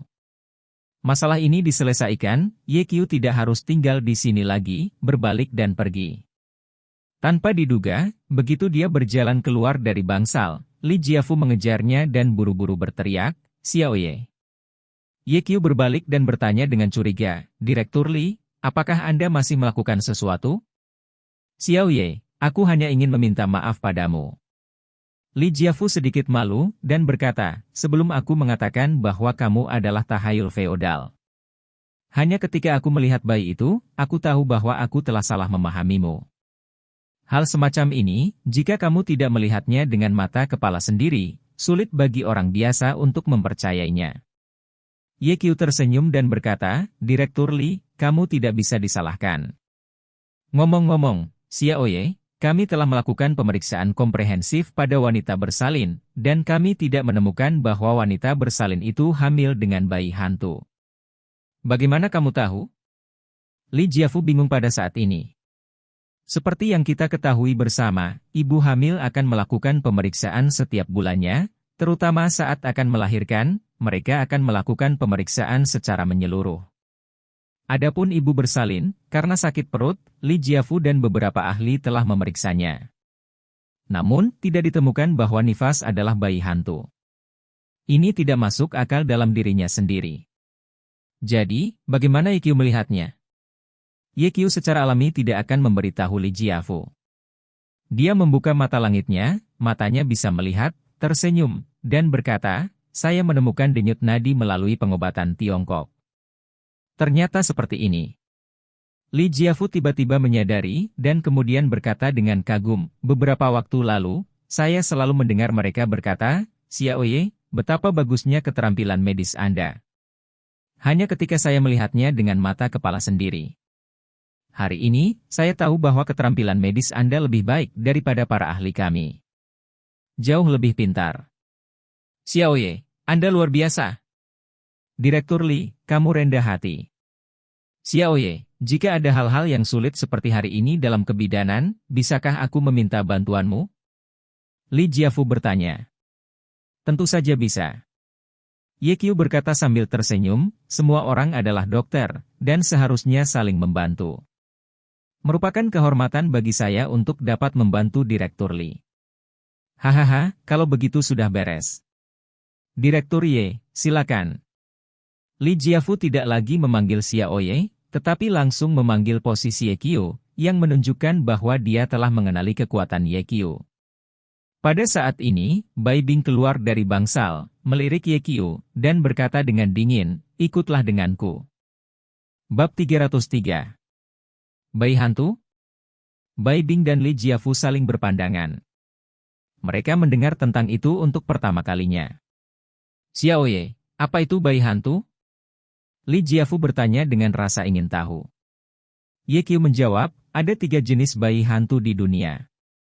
Yang pertama adalah bahwa ibu memiliki bayi sebelumnya, karena janin tidak terbentuk atau tidak lama setelah pembentukan, jiwa janin tidak dikumpulkan di dunia bawah, dan jiwa janin yang mati adalah abadi, dan berubah menjadi hantu dan menyembunyikannya oleh ibu. Ketika ibu hamil lagi, anak ini akan mengambil tubuh bayi baru untuk merasakan kehangatan ibu. Ibu akan masuk ke dalam tubuh karena roh jahat, dan pada awalnya dia akan memiliki gejala sakit perut yang tak tertahankan, kemudian secara bertahap menjadi gangguan mental, dan akhirnya menjadi pasien yang benar-benar sakit jiwa." Jenis bayi hantu kedua mengacu pada anak dunia bawah yang secara tidak sengaja melakukan penalti, memasuki siklus reinkarnasi, dan akhirnya bereinkarnasi. Ada juga pepatah bahwa jiwa hewan asli Dao secara tidak sengaja memasuki reinkarnasi manusia dan dikutuk oleh Tuhan, juga dikenal sebagai bayi hantu. Setelah mendengarkan Li Jiafu, dia dengan tenang berkata, "Xiao Ye, sekarang adalah abad ke-21, mengapa kamu masih terlibat dalam tahayul feodal?" Ye Qiu berkata, "Direktur Li, ada beberapa hal yang saya lebih suka percaya pada orang lain daripada tidak sama sekali. Jika Anda percaya, saya juga tidak percaya." Li Jiafu menoleh ke Bai Bing dan berkata, "Wakil Presiden Bai, mari kita coba membujuk keluarga pasien untuk menandatanganinya dengan cepat." Bai Bing tidak mengatakan apa-apa. Li Jiafu melanjutkan, pasien dalam kondisi kritis dan akan terlambat tanpa operasi. Ye Qiu, apakah kamu punya cara? Bai Bing bertanya. Meskipun dia juga merasa bahwa kata-kata Gui Yingxi terlalu tidak masuk akal, tetapi secara tidak sadar dia masih memilih untuk percaya pada Ye Qiu. Ye Qiu bertanya balik pada Bai Bing, apakah kamu bertanya tentang ibu hamil atau bayi hantu di dalam perutnya? Tentu saja saya berbicara tentang ibu bersalin. Bai Bing berkata, para spesialis di Departemen Kebidanan telah memeriksanya, dan bayi di dalam perutnya sudah mati. Bayinya tidak mati, tapi hidup. Ye Qiu berkata sebelum Bai Bing bisa menyelesaikannya. Hidup? Bai Bing terkejut dan melirik Li Jiafu. Li Jiafu sedikit tidak senang dan berkata, Xiao Ye, apa maksudmu? Apakah kamu mempertanyakan hasil pemeriksaan kami? Saya bekerja dengan beberapa spesialis di Departemen Kebidanan untuk memeriksa ibu dan hasilnya menunjukkan bahwa bayi itu telah berhenti detak jantungnya. Jika kamu tidak percaya padaku, maka aku bisa menunjukkan kepadamu laporan inspeksi. Direktur Li, saya tidak mempertanyakan hasil pemeriksaan Anda. Alasan untuk ini sepenuhnya karena dia membawa bayi hantu di perutnya. Ye Qiu berkata, bayi hantu berbeda dari bayi biasa. Bayi hantu bisa bertahan jika detak jantungnya berhenti. Ini tidak mungkin. Saya telah terlibat dalam kebidanan selama bertahun-tahun, dan saya belum pernah mengalami hal seperti itu. Situasi seperti yang Anda katakan sama sekali tidak sejalan dengan sains.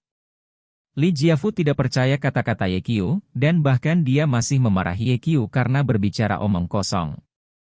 Ye Qiu berkata, Direktur Li, ada banyak hal di dunia yang tidak dapat dijelaskan oleh sains, seperti peradaban San Xingdui, insiden supernatural kota terlarang, dan insiden bus Beijing. Ini berbeda. Li Jiafu menyela Ye Qiu dan berkata, sekarang kita sedang mendiskusikan kehamilan dan bayi. Ini adalah pengobatan manusia. Saya telah bekerja di kebidanan hampir sepanjang hidup saya. Apakah saya bahkan tidak tahu pengetahuan medis dasar? Bayi hilang. Detak jantung. Dalam pengobatan, tidak ada gerakan janin. Bagaimana bisa masih hidup? Dia hampir berkata kepada Ye Qiu, apakah kamu ahli kandungan atau aku ahli? Ye Qiu tersenyum pahit. Direktur Li, saya tidak mempertanyakan tingkat medis Anda, tetapi bayi hantu benar-benar berbeda dari bayi biasa. Ye Qiu, jika bayinya masih hidup seperti yang kamu katakan, apakah ada cara untuk memastikan bahwa bayi dan ibunya selamat? Bai Bing bertanya lagi.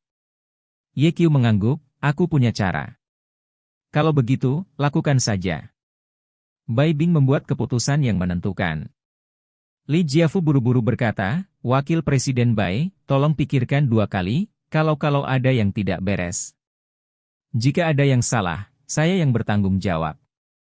Wakil Presiden Bai, saya tidak khawatir tentang siapa yang akan bertanggung jawab jika terjadi kesalahan, saya khawatir tentang ibu. Dia dalam kondisi sangat buruk sekarang, dan semua tanda vital menurun. Jika Anda tidak hati-hati, ada risiko kematian. Guantian. Direktur Li, jangan khawatir, Ye Qiu mengatakan bahwa jika ada jalan, akan ada jalan secara alami. Li Jiafu melirik Bai Bing dengan takjub, tidak pernah menyangka Bai Bing begitu mempercayai Ye Qiu. Xiao Ye, bagaimana kamu akan memperlakukannya? Li Jiafu bertanya dengan hati-hati. Ye Qiu berkata, Direktur Li, saya memiliki perawatan sendiri, tetapi saya harus merepotkan Anda dan membantu memanggil suami ibu. Untuk apa kamu menyuruhnya masuk? Bukankah ini menambah kekacauan? Li Jiafu berkata, suami ibu ini sama sekali tidak mempercayai kita, dia telah membuat masalah dengan tidak masuk akal. Direktur Li, lakukan apa yang dikatakan Ye Qiu. Bai Bing menyela Li Jiafu dan memberi perintah secara langsung. Li Jiafu tidak punya pilihan selain mengatakan, Xiao Ye, aku bisa memanggilmu, tapi Xiao Ye, kamu harus siap secara mental. Suami ibu ini sangat mengerikan dan sulit dihadapi. Tidak akan terjadi apa-apa. Ye Qiu tersenyum. Baru pada saat itulah Li Jiafu keluar untuk memanggil suami dari pihak ibu. 30 detik kemudian, pemuda itu masuk. Istri, bagaimana kabarmu? Pemuda itu mengguncang ibu hamil itu beberapa kali dan melihat bahwa ibu hamil itu tidak sadarkan diri. Kemudian dia memelototi Li Jiafu dan berteriak, "Apa yang terjadi dengan istriku? Apakah kamu memberinya obat yang seharusnya tidak digunakan? Tubuh istrimu memiliki sedikit kondisi, dan dia sangat kritis sekarang," kata Ye Qiu.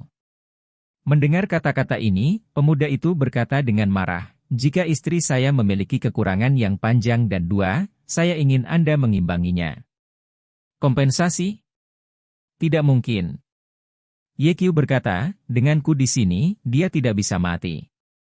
Aku memintamu untuk masuk karena janin di dalam perut istrimu masih hidup." "Janinnya masih hidup?" Pemuda itu terkejut dan bertanya kepada Li Jiafu, "Bukankah kamu mengatakan bahwa janin tidak memiliki detak jantung dan mati?" Li Jiafu terdiam karena dia tidak tahu bagaimana menjelaskannya. "Seperti ini." Ye Qiu mengambil kata-kata itu dan berkata, "Meskipun janinnya masih hidup, janin ini tidak dapat disimpan. Tidak bisa tinggal? Apa maksudmu?" Pemuda itu dikatakan tercengang. "Aku tidak bisa memberitahumu dalam beberapa kata, jadi biarkan istrimu melahirkan bayi itu. Adapun apakah akan menjaga bayi itu atau tidak, kamu dapat memutuskan sendiri pada saat itu, menurutmu tidak apa-apa," kata Qiu. "Ya." Pemuda itu setuju. "Kalau begitu aku akan menginduksi persalinan untuk istrimu sekarang." Setelah Ye Qiu selesai berbicara, dengan jari telunjuk kanan dan jari tengahnya disatukan, dia menggambar jimat pemicu kelahiran di tempat dan menyusupkannya ke tubuh wanita itu. 1 menit kemudian. "Apa?" Tiba-tiba, ibu bersalin di ranjang rumah sakit tiba-tiba membuka matanya, berteriak kesakitan. "Dokter, istriku." "Kota." Ye Qiu menunjuk ke tengah alis ibu melahirkan, dan seketika, ibu melahirkan berhenti berteriak. Sekitar 5 menit kemudian, bayi itu lahir. Saat mereka melihat bayi itu, kecuali Ye Qiu, semua orang yang hadir tampak ketakutan, seolah-olah mereka telah melihat hantu. Bab 305. Ye Qiu mengikuti di belakang Bai Bing, aroma samar mengalir ke lubang hidungnya, dia menyipitkan mata dan mengamatinya secara diam-diam. "Saya menemukan bahwa bahkan jika Bai Bing mengenakan jas lab putih, dia tidak bisa menyembunyikan sosoknya, terutama di tempat tertentu, itu bulat luar biasa, seperti buah persik matang. Ini ukuran YG bisa melahirkan anak laki 2? Pada saat ini, Bai Bing mempercepat langkahnya, dan tiba-tiba, lengkungan pinggulnya berayun dari sisi ke sisi menjadi lebih besar. "Guru." Ye Qiu tidak bisa menahan diri untuk tidak menelan, dan berpikir dalam hatinya, mungkin aku harus mendengarkan Sister Lin dan menjaga Sister Bing sebagai seorang anak. Tapi segera, dia menyerah ide ini. Sister Bing adalah putri dari keluarga Bai di Beijing. Dia memiliki latar belakang keluarga yang kuat dan dia sangat baik. Bagaimana dia bisa menjadi anak kecil untukku? "Hei, maaf." Ye Qiu menghela nafas. "Nah, apa yang kamu keluhkan?" Bai Bing bertanya, berbalik dan menatap Ye Qiu. "Aku sedang berpikir, Sister Bing, kamu sangat cantik, dan aku tidak tahu bajingan mana yang akan lebih murah di masa depan." Ye Qiu mengatakan yang sebenarnya. "Engah." Bai Bing tertawa dan berkata, "Mungkin itu akan membuatmu bajingan." "Aku?" Ye Qiu tercengang.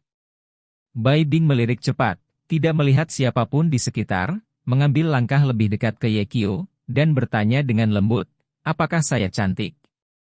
Ye Qiu mengangguk dengan keras, "Cantik." "Anda suka?" "Suka." "Kalau begitu aku akan menjadi pacarmu, oke?"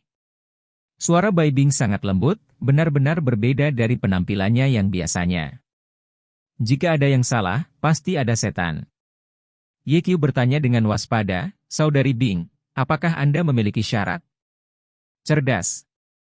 Bai Bing tersenyum dan berkata, "Jika kamu memutuskan hubungan dengan Lin Jingjing, aku akan menjadi pacarmu." "Bagaimana ini bisa terjadi?" Ye Qiu bahkan tidak memikirkannya, dan berkata, "Aku menolak."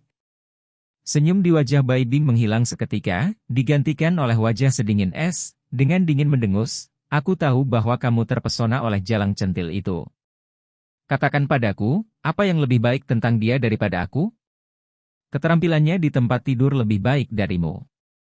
Ye Qiu berbisik di dalam hatinya. Setelah berpikir 2 kali, Ye Qiu merasa ini salah. Lagi pula, dia tidak pernah tidur dengan Bai Bing. Dia tidak tahu apa keahlian Bai Bing. Melihat Ye Qiu tidak berbicara, Bai Bing menjadi semakin marah, dan berkata, sudah kubilang sejak lama bahwa Lin Jingqian adalah wanita berhati ular. Hati-hati suatu hari nanti kamu akan dibunuh olehnya. Ye Qiu berkata dengan tegas, saudari Lin tidak akan menyakitiku. Bagaimana kamu tahu bahwa dia tidak akan menyakitimu? Kamu. Oke, Sister Bing, apakah Anda mencari kesepakatan bisnis dengan saya? Ye Qiu tidak ingin melanjutkan pembahasan topik ini dengan Bai Bing, jadi dia mengganti topik pembicaraan dan bertanya. Kamu ikut denganku. Bai Bing menoleh dan pergi. Dengan cara ini, Ye Qiu mengikutinya ke kantor wakil presiden eksekutif. Memasuki pintu, Bai Bing berkata, tutup pintunya. Oh. Ye Qiu menutup pintu, berbalik, dan menemukan bahwa Bai Bing telah melepas jas lab putihnya. Dia mengenakan cheongsam biru laut yang ketat di dalamnya, yang menguraikan sosoknya dengan indah jika dia memegang payung kertas biru berasap dan bergoyang di lorong-lorong batu bata biru. Dia jelas seorang wanita seperti ungu yang digambarkan oleh penyair. Sangat cantik. Temperamen yang luar biasa. Spike semua aktris populer. Terutama dengan punggung Bai Bing menghadap Ye Qiu, dari belakang, pinggang rampingnya dicengkeram dengan penuh, kakinya yang ramping-ramping, dan kakinya bulat sempurna di suatu tempat. Mata Ye Qiu menjadi lurus. Dalam benaknya, mau tak mau dia memunculkan kembali pertanyaan sebelumnya, tipe tubuh seperti ini benar-benar bisa melahirkan anak laki-laki? Apa yang kamu lihat? Bai Bing berbalik dan menatap Ye Qiu dengan dingin. Ahem, aku menikmati pemandangannya. Ye Qiu bersembunyi karena malu. Bai Bing mendengus dingin, duduk di kursi kantor, dan berkata, kamu telah menjadi direktur Departemen Pengobatan Tiongkok untuk sementara waktu.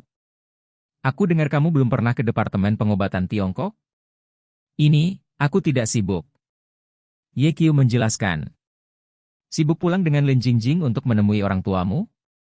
Bai Bing mencibir, lalu berkata, kamu sekarang adalah direktur Departemen Pengobatan Tiongkok. Kamu harus memikul tanggung jawab direktur dan meningkatkan kinerja pengobatan Tiongkok. Departemen sesegera mungkin. Saya akan melakukannya. Ye Qiu berkata, namun, staf di Departemen Pengobatan Tradisional Tiongkok relatif sedikit. Saya akan segera mempekerjakan seorang dokter. Saya sudah mulai merekrut untuk Departemen Sumber Daya Manusia. Mendengarkan mereka, salah satunya telah diputuskan. Saya akan melapor ke Departemen Pengobatan Tradisional Tiongkok hari ini. Anda akan memeriksanya nanti. Oke. Bai Bing mengeluarkan file itu dan membolak-baliknya. Ye Qiu menunggu lama, tetapi tidak melihat Bai Bing menanggapinya, dan berkata, Saudari Bing, apakah ada hal lain? Jika tidak ada yang salah, maka saya akan pergi dulu. Bai Bing mengangkat kepalanya dan melirik Ye Qiu dengan heran, mengapa kamu tidak pergi? Ye Qiu. Anda bahkan tidak menyuruh saya pergi. Beranikah saya pergi tanpa izin? Kalau begitu Saudari Bing, aku pergi dulu. Ye Qiu berbalik dan pergi. Bai Bing melirik punggungnya, dan sudut mulutnya sedikit melengkung, memperlihatkan sedikit angkuh. Tepat saat Ye Qiu membuka pintu dan hendak keluar dari kantor, Bai Bing tiba-tiba berteriak, Ye Qiu. Ye Qiu berhenti, berbalik, dan menatap Bai Bing dengan mata curiga. Jika suatu hari, kamu tidak dapat melihatku, apakah kamu akan merindukanku? Bai Bing bertanya. Tentu saja. Ye Qiu bertanya, Saudari Bing, mengapa kamu tiba-tiba menanyakan hal ini? Tidak ada, aku hanya bertanya dengan santai. Setelah Bai Bing selesai berbicara, dia melanjutkan membaca dokumen. Ye Qiu melirik Bai Bing lagi. Dengan keraguan di hatinya, dia selalu merasa bahwa apa yang baru saja dikatakan Bai Bing sepertinya bukan pertanyaan biasa. Mungkinkah itu yang terjadi pada Sister Bing? Ye Qiu meninggalkan kantor dengan keraguan dan pergi ke Departemen Pengobatan Tiongkok. Meskipun Ye Qiu siap secara mental, dia tahu bahwa Departemen Pengobatan Tradisional Tiongkok adalah departemen dengan kinerja terburuk di rumah sakit, tetapi hanya setelah menunggu Departemen Pengobatan Tradisional Tiongkok, Ye Qiu menyadari bahwa tempat ini bahkan lebih sepi daripada dia. Pikiran. Hanya ada 3 perawat di luar koridor dan tidak ada pasien yang terlihat. Kemudian, dia datang ke kantor penerimaan dokter. Siapapun yang pernah ke rumah sakit tahu bahwa dokter biasanya memiliki ruang penerimaan terpisah, tetapi Departemen TCM berbeda. Departemen Pengobatan Tradisional Tiongkok hanya memiliki 1 ruang penerima tamu seluas 50 meter persegi, dengan 2 orang dokter berjas putih. Salah satunya adalah pria kulit putih gemuk berusia 20-an dengan jerawat di wajahnya dan bermain game dengan ponselnya. Pria paruh baya lain berusia 40-an, mengenakan kacamata tebal, memandangnya dengan senang dengan koran di tangan kirinya, dan secangkir teh di tangan kanannya, dengan tatapan santai. Ini rumah sakit, apakah ini panti jompo? Hati Ye Qiu dingin. Ledakan. Ye Qiu mengetuk pintu. Pria paruh baya itu menatap Ye Qiu, menundukkan kepalanya dan terus membaca koran, memperlakukan Ye Qiu sebagai orang yang transparan. Adapun pria gemuk pendek, tanpa mengangkat kepalanya, dia bertanya, apakah di sini untuk menemui dokter? Di mana yang tidak nyaman? Saya Ye Qiu. Ye Qiu berkata ringan. Ye Qiu. Humpty Dumpty mengangkat kepalanya dan melirik Ye Qiu. Dia berdiri dan bergegas di depan Ye Qiu dengan desir, dan berkata dengan senyum kejam, Direktur Ye, Lao Xiangke dan aku akhirnya memberimu harapan ada di sini, Anda di sini, kami memiliki tulang punggung. Ye Qiu melirik pria parubaya itu dan bertanya, namamu Lao Xiang? Ya, Direktur Ye, panggil saja saya Lao Xiang. Lao Xiang berdiri dan berkata dengan sopan. Kamu tidak diperbolehkan membaca koran selama jam kerja di masa depan, kalau tidak aku akan membiarkanmu pergi, kata Ye Qiu tegas. Wajah Lao Xiang menjadi kaku. Ye Qiu melanjutkan, tugas dokter adalah menyelamatkan yang mati dan menyembuhkan yang terluka. Karena Anda telah memilih industri ini dan pekerjaan ini, dan mengenakan jas putih ini, Anda harus selalu mengingat misi Anda. Ekspresi Lao Xiang agak jelek, bagaimanapun juga, di matanya, Ye Qiu hanyalah seorang anak laki-laki berbulu berusia awal 20-an. Mengapa memarahi saya? Ye Qiu kemudian tersenyum dan berkata, Siang tua, bekerja keras, dan aku akan mentraktirmu di lain hari, sehingga kamu akan berubah dari Flash menjadi Iron Man. Tiba-tiba, Lao Xiang tampak malu dan ingin mencari tempat untuk menjahit. Apa Flash Iron Man? Pria kecil gemuk itu tampak tercengang. Bagaimana kamu menyebutnya? Tanya Ye Qiu. Pria kecil gemuk itu tersenyum jahat. Direktur Ye, nama saya Fu Yanjie. Fu Yanjie. Ye Qiu terkejut, mencuci lebih sehat.